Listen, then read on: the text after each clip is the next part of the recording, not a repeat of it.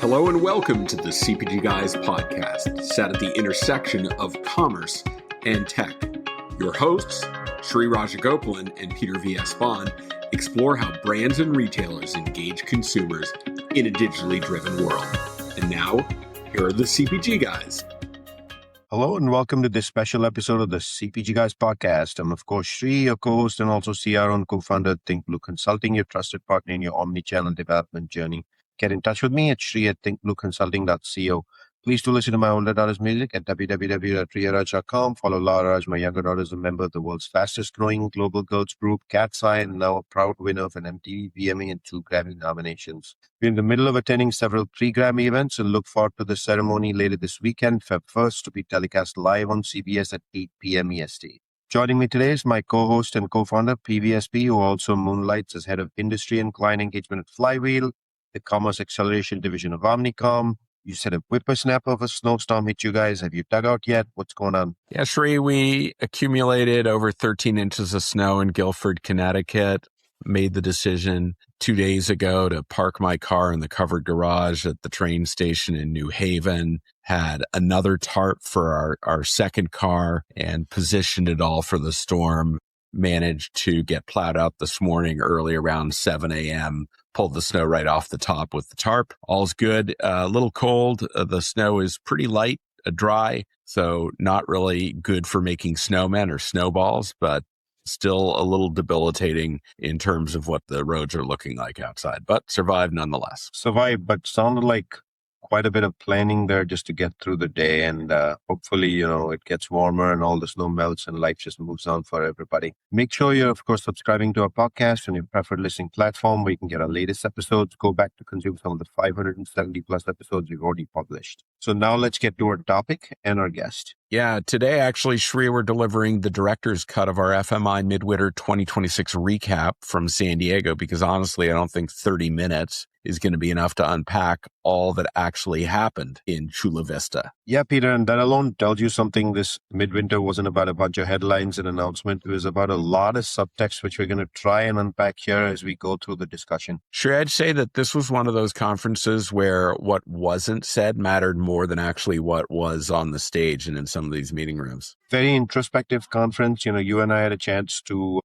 connect with a lot of chief customer officers from the sales side of CPG brands, brokers. Then we had a chance to connect with retail, whether it be true brick and mortar format, omni-channel, all of the above, or even wholesale for that matter. And I'd say it was a more introspective conference, quieter, slower, people realizing volume challenge is a serious issue and needs to be addressed head on. Yeah, I would say, Sri, when we were at CAGNY last year, there was a lot of hoping going on. And I think the industry has stopped hoping for those volume gains to come roaring back. And they're starting to cope with the reality, hopefully in a healthy way that positions them for sustainable growth. Last couple of years, there was a lot of panic in the industry with volume challenges. And prior to that, of course, COVID, supply chain, omnichannel, retail media. The one big change this year in conversations was acceptance without that panic, a true quest to figure out how to get back on the volume growth track that the industry has been defined by for decades.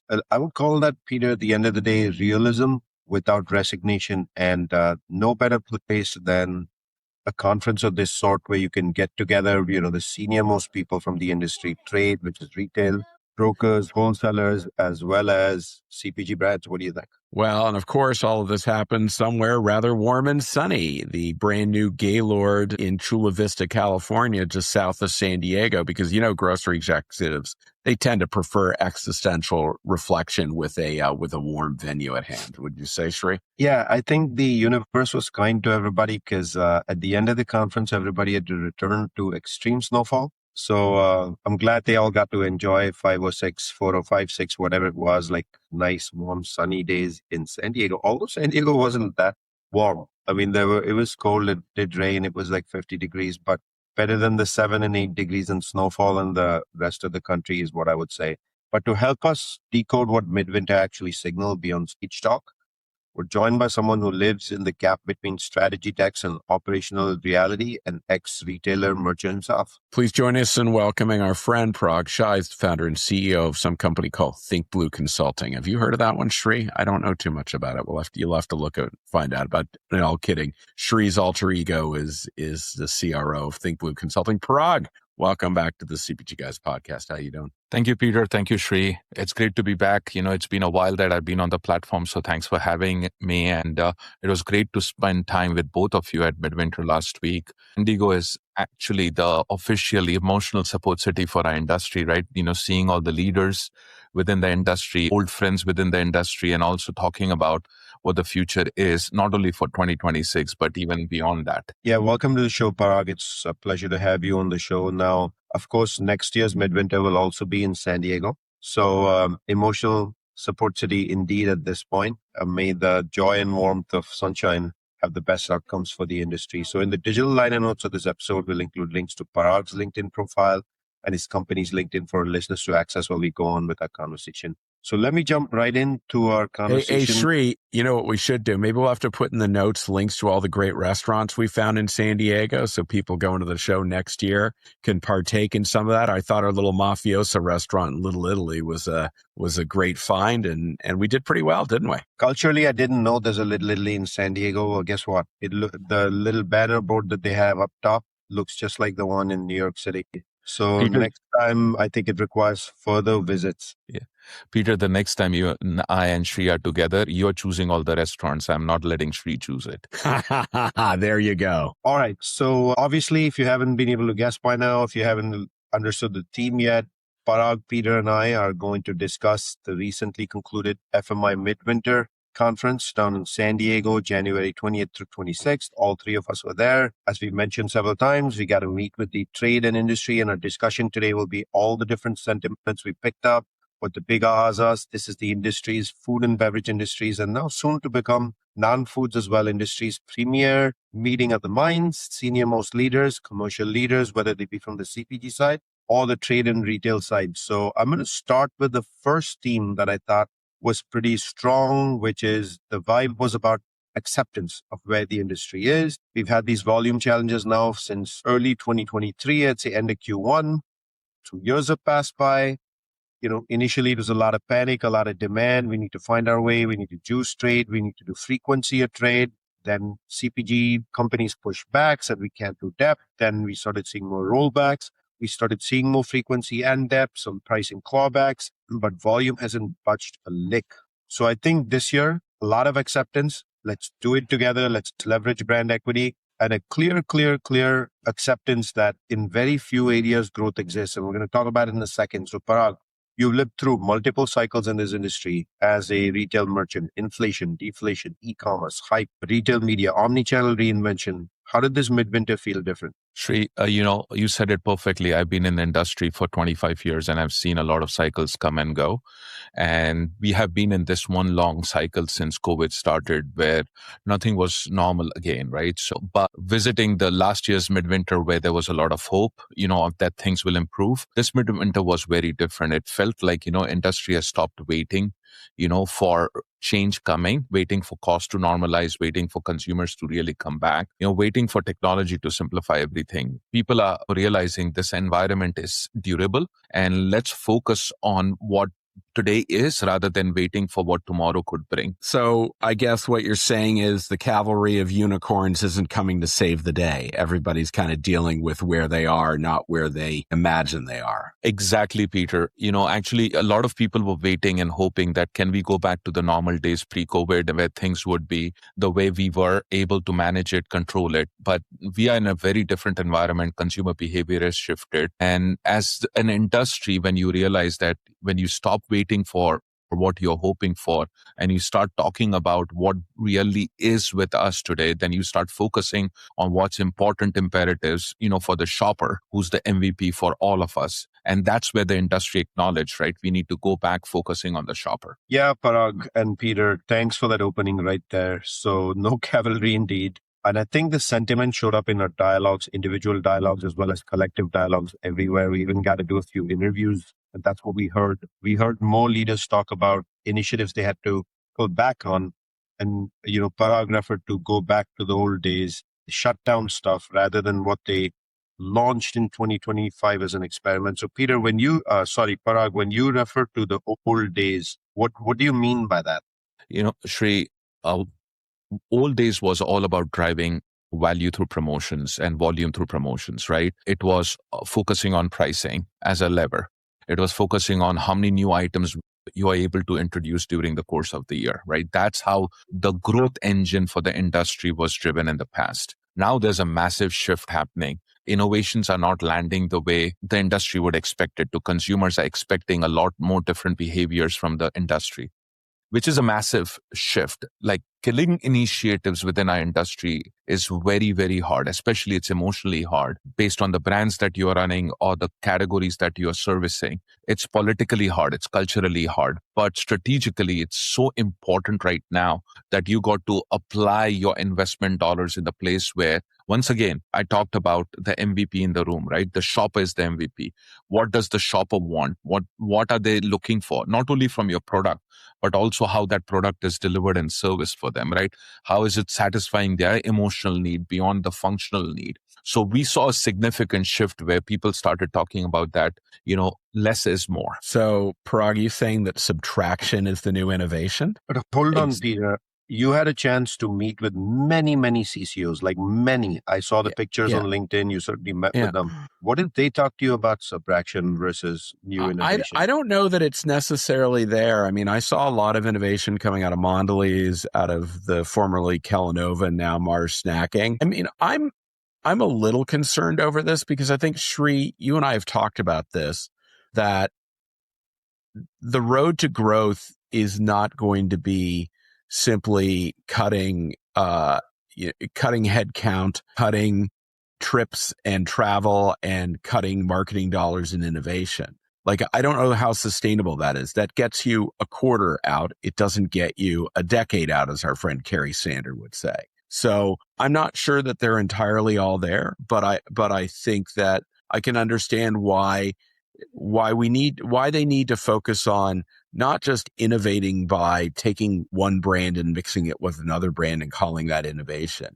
Innovation has to be very strategic. It has to actually deliver a customer benefit that can justify why a consumer would go with them versus going with a private label brand, which is qualifiably less expensive, right? That's what I'm thinking. Yeah, go ahead, Bob. Yeah, Peter, you're so right? Sometimes our industry gets confused between what is true innovation versus an incremental line extension, right? And that became very evident in the conversations in the hallways at Midwinter. But also I read in a Costa report this morning that over 80% of innovations that are landing are not performing, and those items are not surviving more than 2 years on the shelf, which is a huge statistic. So think about, all the effort that's put in launching a new item to deliver growth. It's not happening. So you got to be very, very focused. You have to be slow. You have to be really understanding your MVP, your consumer, and be very conditional with how you're driving growth. Yeah, I would actually say, Parag, that some companies are kind of embracing that reality. So think about the candy companies. They're all about limited time offers now, right? They understand they're going to bring in a mix-up flavor. It's going to be in the market for 4 months, and then they're going to swap it out because they're trying to create a measure of new freshness to the category. But that means you have to have a constant pipeline of that kind of work. That's a lot of effort for questionably incremental, moderately incremental revenue growth. I don't know if that's sustainable. How many times can I create another flavor of Kit Kat? Or what else can I mix into a Reese's peanut butter cup, right, to make it appealing to consumers? There's a lot of challenge out there. So I want to ask both of you, putting that as a backdrop, this was about acceptance. It's narrower, slower, and more conditional growth. Where are the channels growth? Where should a CPG brand look for growth? What channels at retail? What sort of consumer? Peter, you go first and then Parag. So if I'm looking at the grocery channel, it's clearly going to be online. E-commerce is where there's an enormous amount of growth potential. If I'm looking at omni-channel, this is still an enormous amount of growth opportunity in convenience. So introducing new products, you can realize high margins. Those are areas that food and beverage manufacturers can do well in. but it's challenging. Like if you're trying to grow your business in brick and mortar retail, it's a long slog. We'll just say that, because private label right now is owning the day. In the last 5 years, they've picked up 5 share points in center stores, and I don't see them right now. I don't see the course trajectory changing where when we come back in 5 years, it's not another 5 points. It's gone to private label. I saw some great research that just came out from FMI by some people I know around private label and what the implications are. I think both brands and retailers would do well to look at some of that groundbreaking research to talk about where do brands need to be in the future if they want to even hold the position they have, let alone grow. I went grocery shopping last night. It was a full stock-up trip. I went to my local Trader Joe's, which is next door to my house, but I have several choices ranging from Whole Foods, Safeway. There's a separate Safeway, Anna Vaughn's. There's a Ralph's. I have a lot of choice. Fiesta supermarkets. I found my Trader Joe's purchases, similar items to a stock-up trip, to be less than 60% of what it would have cost me anywhere else. And the quality of the private label at Trader Joe's is not too shabby.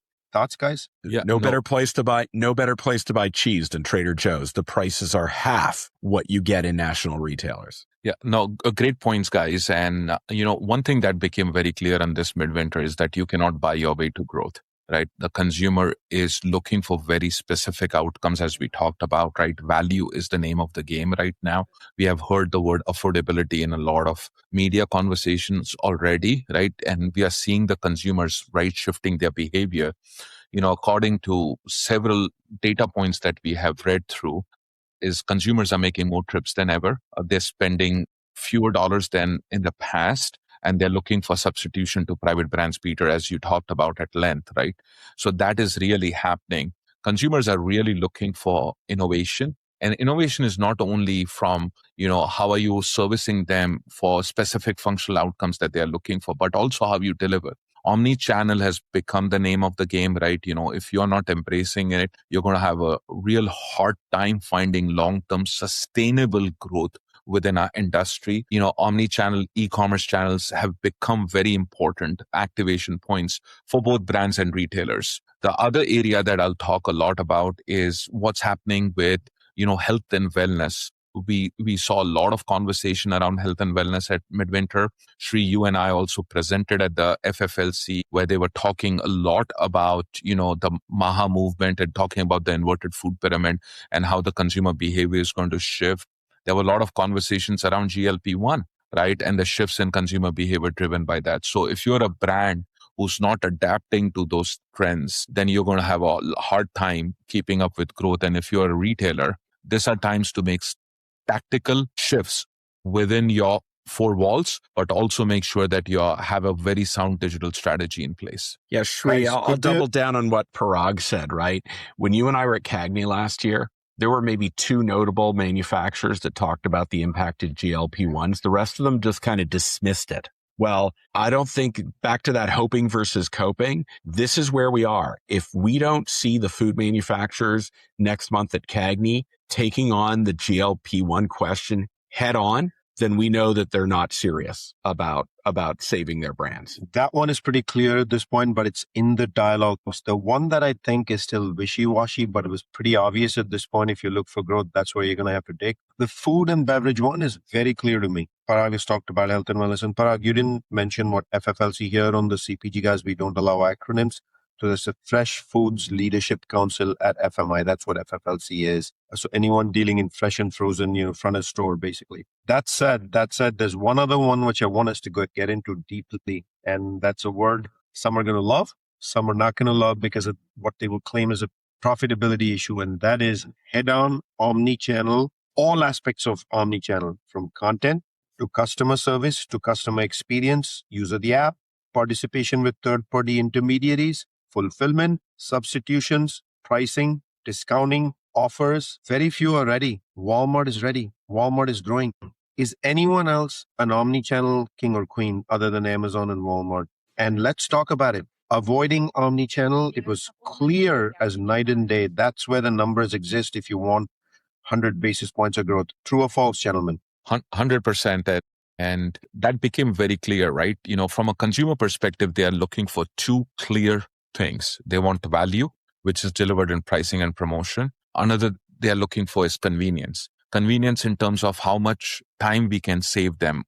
How can we make it easier for them to provide for their meals and the family? And as this comes to life, the role of omnichannel is not only getting bigger and greater, it is becoming the real important foundational tier for anyone who wants to grow, right? So it's not a choice. If you're not embracing it, it's going to be here. It's going to continue to drive growth. No leader I talked to at Midwinter said their growth is coming outside of digital channels, right? Everybody banked on it, right? That's where the growth is coming from. And we are seeing a shift within the industries also happening. The providers of digital channels are growing at a much faster rate than the retailers who are not providing it, right? And that is a huge shift that's happening, that it's not only something retailers need to talk about and care about, it's also the brands who are building partnership with retailers need to talk about and encourage them to go on this path. Because as this shifts happens, the supermarket industry could lose its footprint to the mass channel. Like Peter, you talked about 500 basis points of loss because of private brands. When you layer in omni-channel, it will just become greater. Yeah. So I thought our friend Nick Modi in his presentation to FMI was great in terms of what they need to do to fix things. He talked about expanding the promotional schedule, and that doesn't mean coming up with new holidays. What it means is finding new ways to inspire consumers. And I love that. Coca-Cola for many years has referred to in-store displays as not points of interruption, but points of inspiration. And he gave a really great example. It doesn't mean that someone in brand marketing needs to follow the new trend of combining Coca-Cola with Core Power energy drink to create protein Coke. What it means is you merchandise the two products next to each other. That doesn't require any measure of innovation investment. It requires that you just simply recognize what consumers want and merchandise the store to get them to do exactly what they're inclined to do, which is buy those two products together and make themselves a protein Coke drink. Those are the kind of things that we need to get back to that will actually drive growth in physical stores in the absence of having an expensive and long-lined innovation pipeline that will questionably drive growth. Yeah. So essentially what I'm hearing from both of you, pretty clear, and what we heard from the conference is it's coming back to the consumer sentiment, right? Every session eventually came back to the consumer, and that's the truth. That's the future. That's what everyone needs to focus on, because the consumer doesn't care about the industry's excuses. Guys, what do you think? Yeah. No, very well said, right? For long, right, we have been the purveyor of information, product, and service to the consumer. With technology and the digital and AI revolution, the power shift is moving from the industry to the consumers. Consumers are ahead of the industry in terms of what they're demanding, not only from a value perspective, but also from a health and wellness perspective. And that shift will continue to drive, right? So once again, I said it earlier, Shri and Peter, in our conversation, everybody needs to focus on only one person, the MVP, the shopper, right? MVP, the shopper. Yeah. So one word that kind of came out was cognitive load, which is not just about price sensitivity. What do you both think about that word that overwhelmed consumers? Yeah, consumers are overwhelmed right now, right? It's not only about price sensitivity. There are too many choices, too many promotions, too many decisions. And I continue to see certain old habits being repeated, right? When volume is down, let's run more promotion. And as I said earlier, you're not going to be able to buy your way out to growth. There's so much shifts that's happening, and we cannot confuse complexity with value. And that's what we have done to the industry. Which runs counter to the overall strategy of most brand managers these days, which is keep adding more SKUs, because the more SKUs I have, the more relevant each SKU is to a little niche group. That's not personalization, right? That is just filling out the shelf. And I will say, Shri, you and I have talked about this at length. During the pandemic, brands had one of two choices in the scarcity of resources, right? They could either decide to allocate their full assortment and give preference to their most valuable customers. So Walmart would get 100% fill, Kroger would get 90, and then my local Big Y retailer, we'd have 35% out of stocks because they're at the bottom of the food chain. Or they would just focus on a set of core items and manufacture those and fulfill everybody's order, running the risk of having blank spaces on the shelf, which at the time was not a problem because no one could fill them. Now everybody can fill them. There's a whole lot of confusion as what's going on here, Sri. Yeah, the cognitive load comes back to me in the word personalization. The industry kept adding more and more and more SKUs and called it personalization. Nope. That just created more complexity, confused as value. Now consumers are asking why before every single trip. Why should I go to this store? Why today? Why should I deal with friction if omnichannel and convenience and click and collect is not available? Or the simplicity of shopping from an app or a website just doesn't exist? Or while I'm on the go waiting for a car wash perhaps. And I think finally retailers are starting to get the plot that traffic is earned. It's a privilege and an honor. It's not an entitlement. Parag, you're a merchant. Peter, you're a shopper. Talk to us. Peter, you first. Traffic, entitlement or privilege for a retailer? It's a privilege, and price alone is not going to solve the problem, Sri, right? You don't just get traffic because you have the lowest price. In some retailers you do, but generally speaking, value is in the eye of the beholder. So if you're not delivering value to the audience you're trying to attract, you don't own that traffic. You're not entitled to it. You have to earn it. Yeah.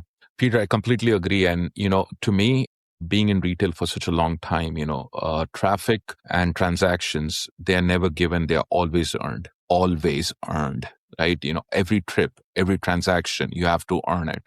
You just cannot force, relevance, overreach. You have to make sure that your product is fresh, your pricing is fair, your promotions are good, your shopping experience is amazing. You just cannot force more assortment breadth to drive success and growth, right? You have to make sure your digital footprint is clear.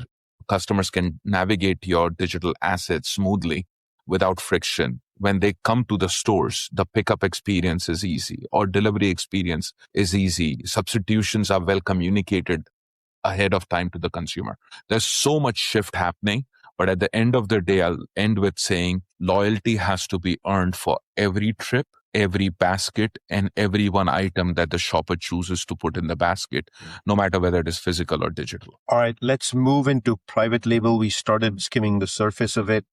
We need to get into it because it's one of the loudest silent topics of the entire conference. It was everywhere and it was nowhere. It's crossed the credibility threshold. Consumers don't see it as a compromise anywhere. Gentlemen, is private label here to grow? So first of all, Sri, I believe we should not call private label as private label. We should be calling it as private brands. There's that cognitive shift, right?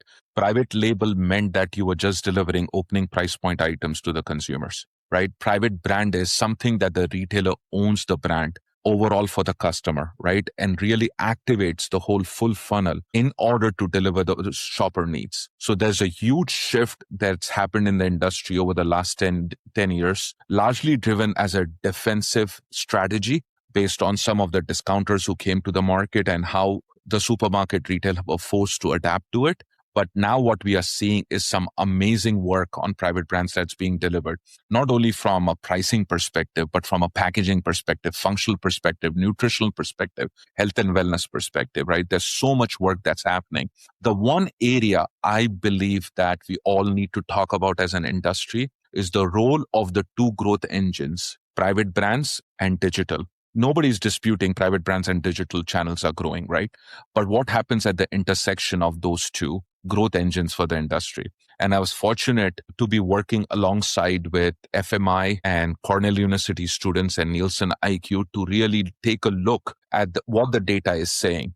To our surprise, when we started looking at the research, our hypothesis was private brands was underdeveloped in the digital channel because retailers have not really focused on the shelf taxonomy or whether it is the retail media aspects of it or advertising dollars, because that's what the industry told us, right? Private brands in a digital is not a media focus, right? It's been a quality and pricing focus. But what we uncovered is that the consumers were choosing private brands at a much higher rate than any effort that was being put in. So that's a big signal to the industry, and I will call upon the leaders to take notice of it, that the consumers are shifting behavior on the two engines of the industry that's driving growth. So no longer we can sit back and say, okay, this is not important. So if you're a retailer, you got to invest more on your digital channels with private brands. And if you're a brand, you need to partner up with complementary private brand categories and give more solutions to the consumer. So let's bring these two things together in a very clear example that should get the attention of national brands. Okay. Even though private brands are not getting the level of investment that national brands are, they are benefiting from digital in this specific way. And I've talked about this on a previous episode of the podcast in several instances, actually. Some research done by a Dallas-based organization called Magid in 2018 showed that in a survey of 2,000 private label shoppers, that the single biggest driver of conversion from national brands to private label is actually positive customer reviews. User-generated content. It can be in the form of what you see on a PDP. It can also be what you see on TikTok and Instagram, right? That is consumers saying, I tried this product, I like it, right? The biggest obstacle to adoption of private brands, you talked about it, Parag, it's the quality issue, right? And for years, people wouldn't try it because they didn't know. Is that paper towel going to disintegrate the minute it touches water? If it is, it has no value to me. Well, now guess what? I can go on to any retailer that has UGC and I can see that 1,000 people have tried out that product. And guess what? They all like it. And you know what? If now I'm able to address the quality issue head on from a digital perspective, because it's there available to me on my phone, guess what? I'll start buying that product. And once I've actually tried the product and I find the quality is as good or better, then guess what? I'm not going back to the national brand because now the price component kicks in. Once quality has been overcome, the price component takes in. National brands, if you don't create products that are better than private label, the digital age is going to show that out and you are going to get replaced. And that 5% slip in the last 5 years, center store growth or center store share, that's just going to continue. National brands, pay attention. Consumers like private brands and they're able to share this information with each other in very easy ways. Here's what's pretty clear, guys. Private label is here to stay. Parag is already kind of said, and we kind of alluded to it many times on our show. Let's call it private brands. It's not just a price issue. It's a credibility threshold, and private label has already crossed that. Consumers don't see it as a compromise anymore. It's in baskets. It's just life. Private label brands or private brands are now part of shopping trips and baskets and households, and forces brands, national brands of scale, ones that we've had on the show, to answer a much more uncomfortable question. Why should I pay more for you? And because you recognize the logo, as I mentioned, no longer works. So with that, we know private label is here to stay. Brands need to learn to work with private label. Now let's go to a topic of the day and a niche of the CPG guys. Retail media, very different energy this year. What do you think, Peter? You know, Shri, a couple of weeks before FMI, I posted on LinkedIn that if you were a retailer and you were not bringing your RMN with you to FMI, you were doing disservice, because recent research that our dear friend Sarah Marzano and eMarketer revealed is that most of the decisions being made on retail media investment, certainly beyond Amazon and Walmart, are being made by the customer team. So it was a big deal. And there were a couple of retailers that showed up without their RMNs. And I was like, why are you walking away from this opportunity?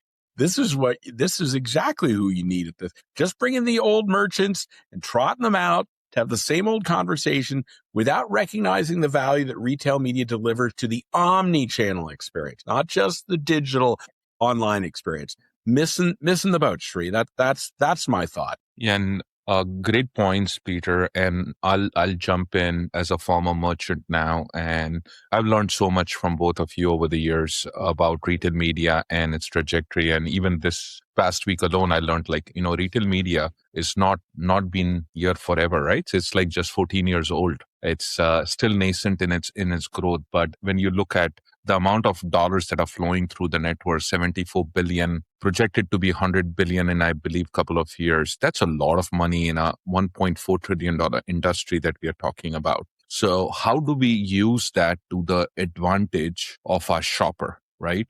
Yes, it's great gross profit for the retailers. Yes, it's a great opportunity for the brands in terms of, leveraging the traffic in the retail words, which is an audience in the retail media world, right?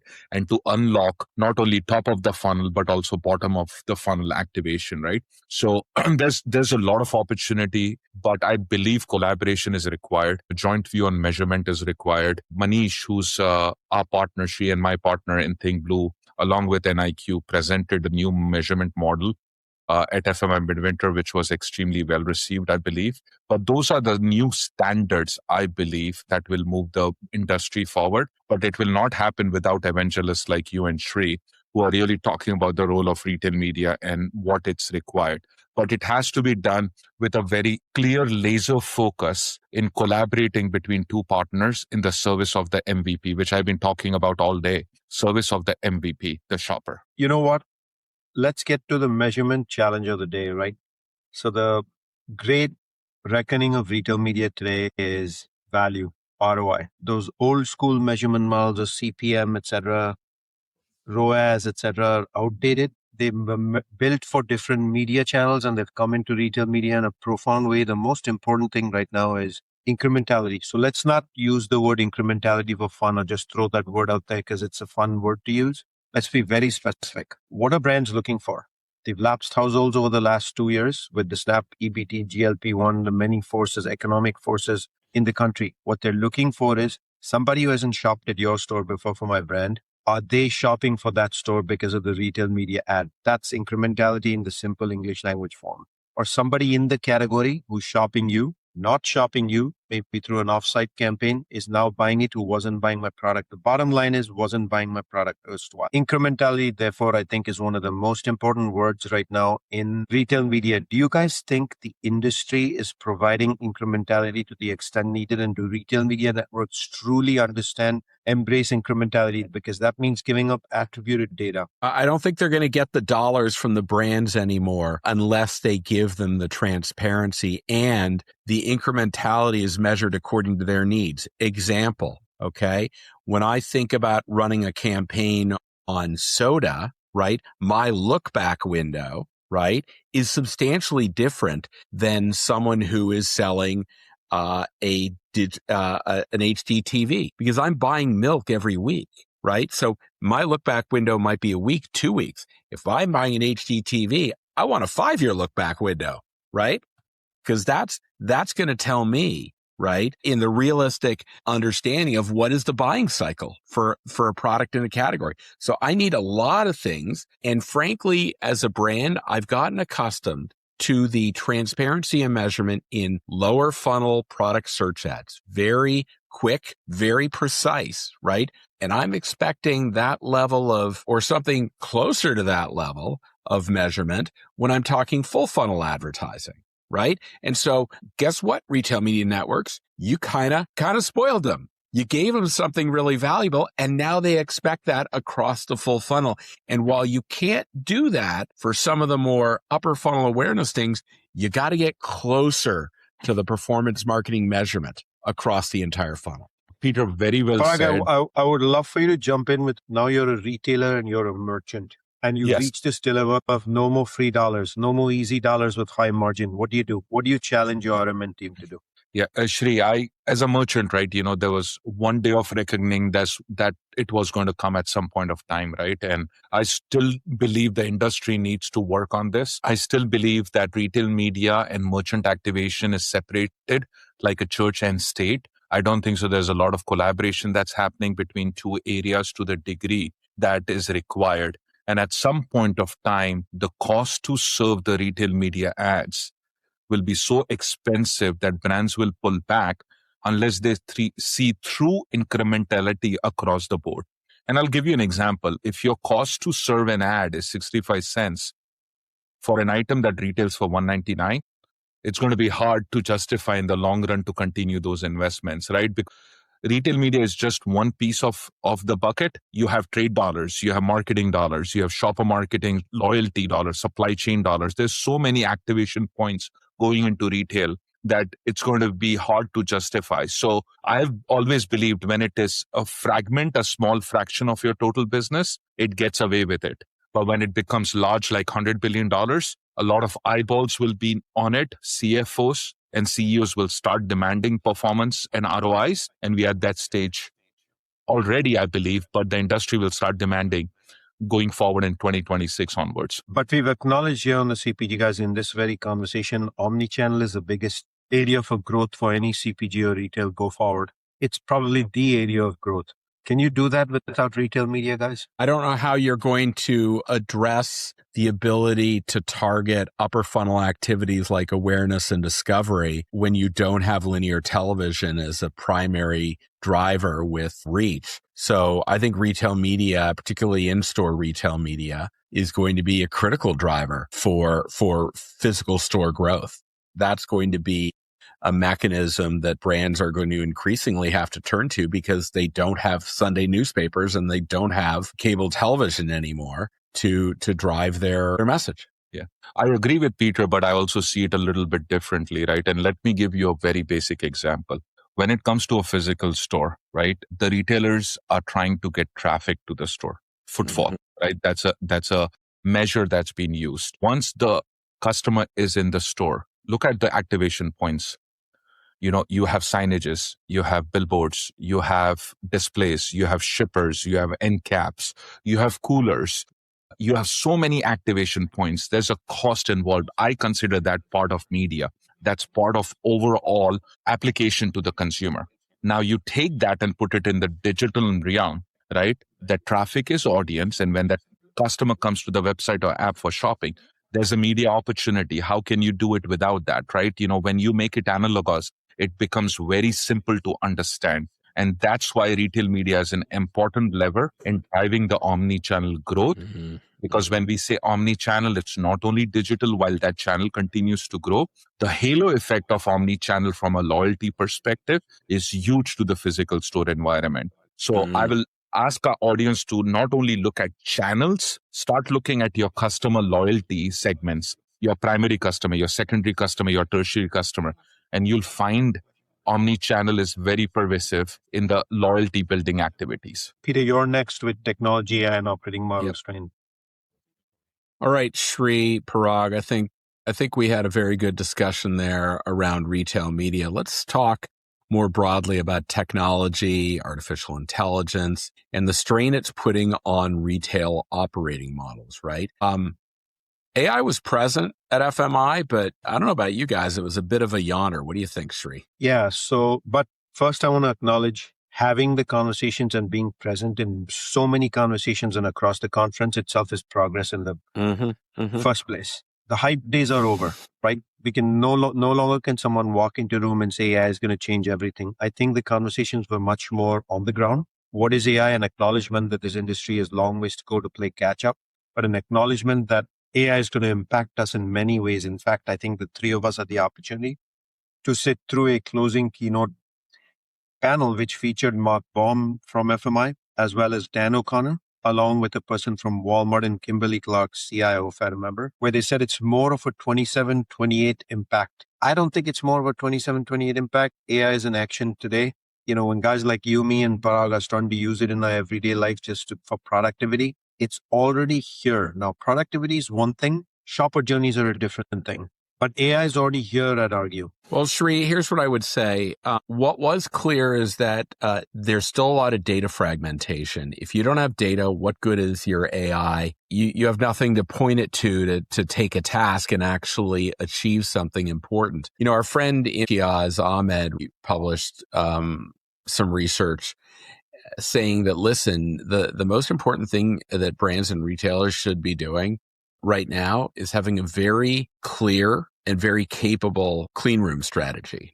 What does clean room have to do with this? Well, clean room has to do with the ability to go beyond just the data, the publicly available data that most large language models like ChatGPT and Gemini have to use to help you make decisions. You need to go beyond that and access proprietary data that your competitors don't have access to. That will allow you to differentiate and get a better outcome than someone who has exactly the same data assets as you do. And if you're not right now working on, you certainly should be heavily involved in Amazon Marketing Cloud, the most famous clean room there is in the CPG space.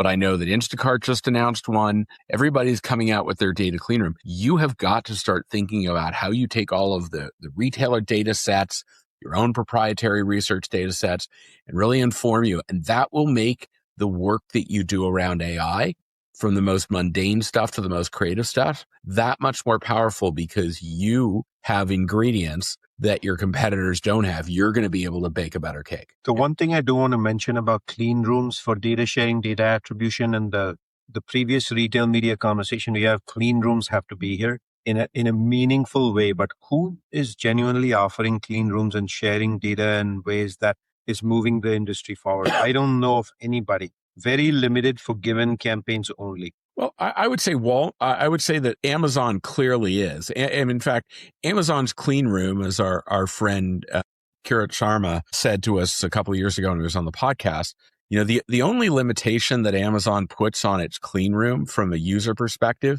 is you cannot actually produce an identifiable household. Short of that, anything you can dream up, you can find. Now, if you want to create an audience that includes so many filters on it that you get back 5 households and it's aggregated, fine. But guess what? You can't activate on 5 households. So you just need a clean room that allows you to segment this data, use the information, the proprietary information mixed with the other assets, the first and third party, even the zero party data you have, and build audiences that are still sizable enough that you can address them and actually get a measurement and see the needle move. That is the most important thing about the clean room. No, guys, this is a fascinating conversation on AI and clean rooms. And clearly, I'm learning so much on the clean room from a retail media perspective from you both.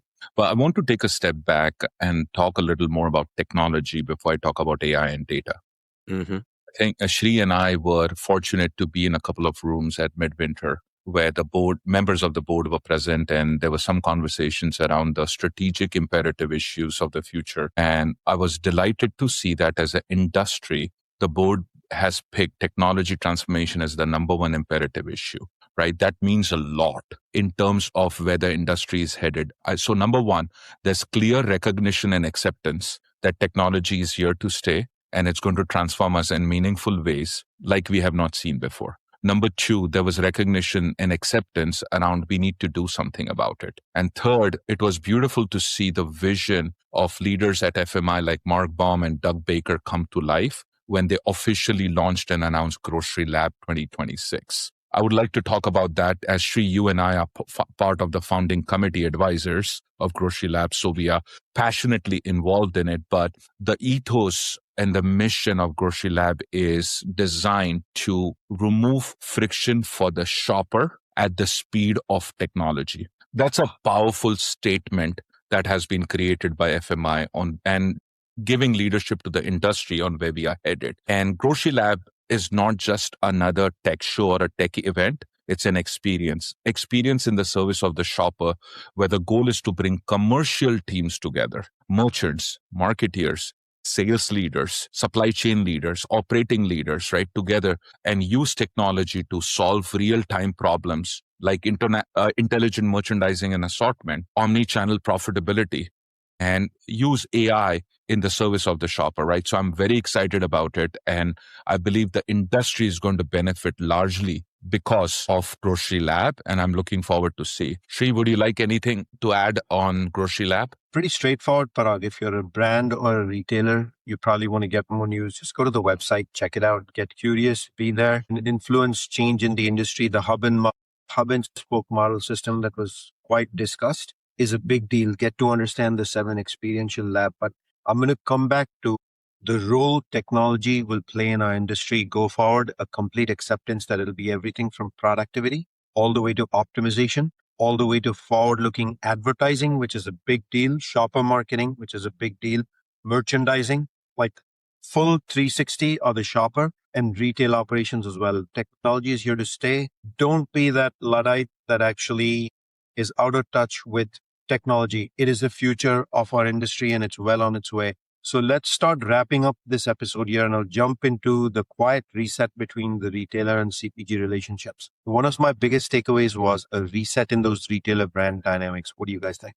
Completely, Shri, and this goes back to our memories from about 4 or 5 years ago when we met at Midwinter and looked at the joint business planning process, right, within the industry, and how which at one point of time was an enabler in moving forward the conversation and creating partnership frameworks, has now not evolved with the speed of technology, right? Today we have retail media, we have omni-channel, we have AI and data harmonization taking place. There's so many concurrent activities happening in the service of the shopper who also engages with us very differently, right?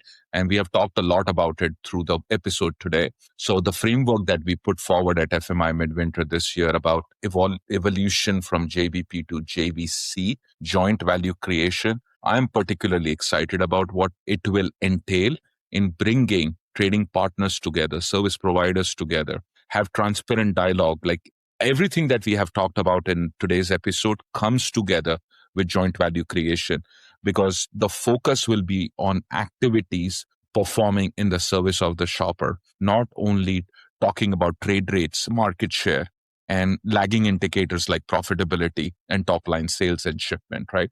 So very excited. Enjoyed presenting that in a couple of rooms with you. I'm looking forward how this bears in the industry. Mr. Bond, what did you hear? All right. So 2 things. To a lesser extent, the shift from total retailer dominance of the relationship has been around for about 75 years. But 2 things have happened that have changed that dynamic and moved things back in the direction of the brand. Not entirely on the side of the brand, but in the direction of the brand.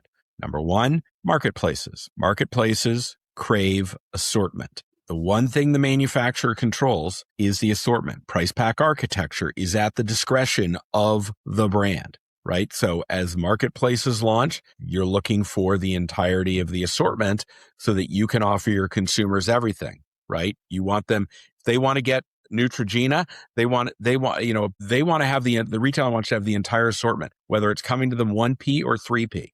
So that's one thing. The other thing is retail media, right? For the better part of 75 years, that one person had a checkbook. It was the retailer.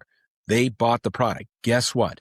They're now selling something. And the brand doesn't have to buy that. That means that they have to get to a point where not just the retailer is winning, right? Because let's be honest, for a long, long time, the retailer basically dictated how the trade funds were used, and brands just had to accept the fact that this was the cost of getting their product into distribution.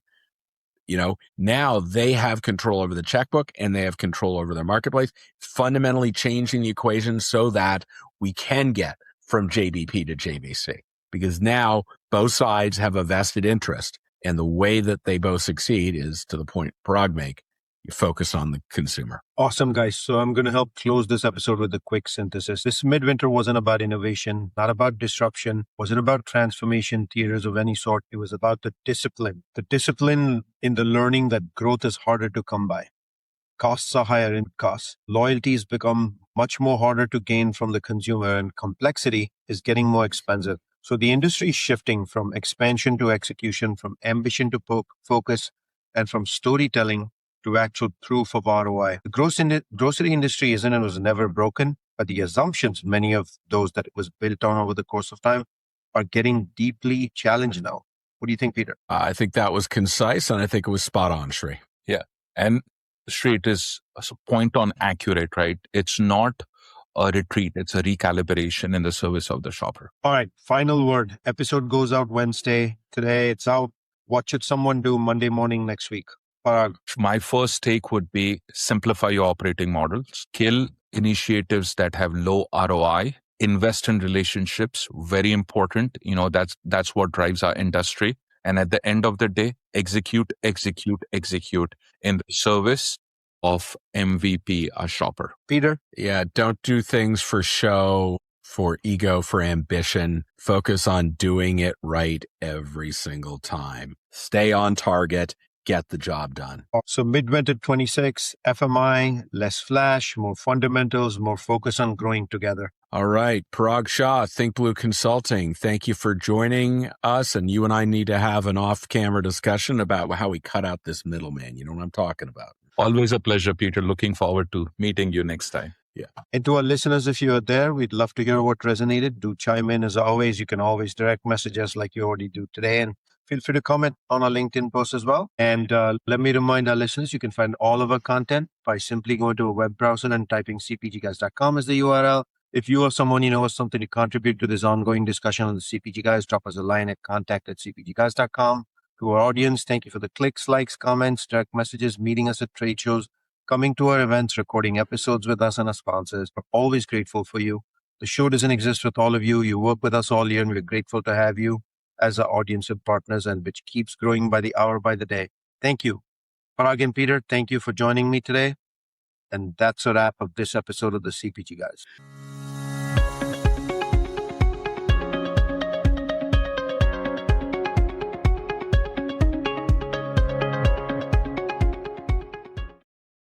The content in this podcast episode is provided for general informational purposes only. By listening to our episode, you understand that no information contained in this episode should be construed as advice from CPG Guys LLC or the individual author, hosts, or guests, nor is it intended to be a substitute for research on any subject matter. Reference to any specific product or entity does not constitute an endorsement or recommendation by CPG Guys LLC.